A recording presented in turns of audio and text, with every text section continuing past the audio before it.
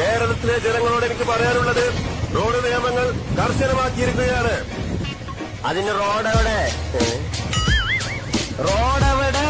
നമ്മുടെ പഞ്ചായത്തിന് കുളം വേണോ റോഡ് വേണോ? നമ്മുടെ പഞ്ചായത്തിന് കുളവും വേണം റോഡും വേണം. അത് രണ്ടും കൂടെ എങ്ങനെ നടക്കും പിഷാരടി? എന്റെ പ്രസിഡന്റ്, കുളം ജലസേചനത്തിനും റോഡ് ഗതാഗതത്തിനുമാണ്. എന്ന് വെച്ചാൽ ആ സ്ഥലത്ത് കുളം കുത്തിയാൽ റോഡ് എവിടെ വെട്ടും? റോഡ് വെട്ടിക്കഴിഞ്ഞിട്ട് കുളം കുത്താം. അപ്പൊ റോഡ് കുളമാവില്ലേ? അതിന് നമ്മുടെ മിക്ക റോഡുകളും കുളമാണല്ലോ. റോഡ് കുളത്തിലൂടായാലെന്താ?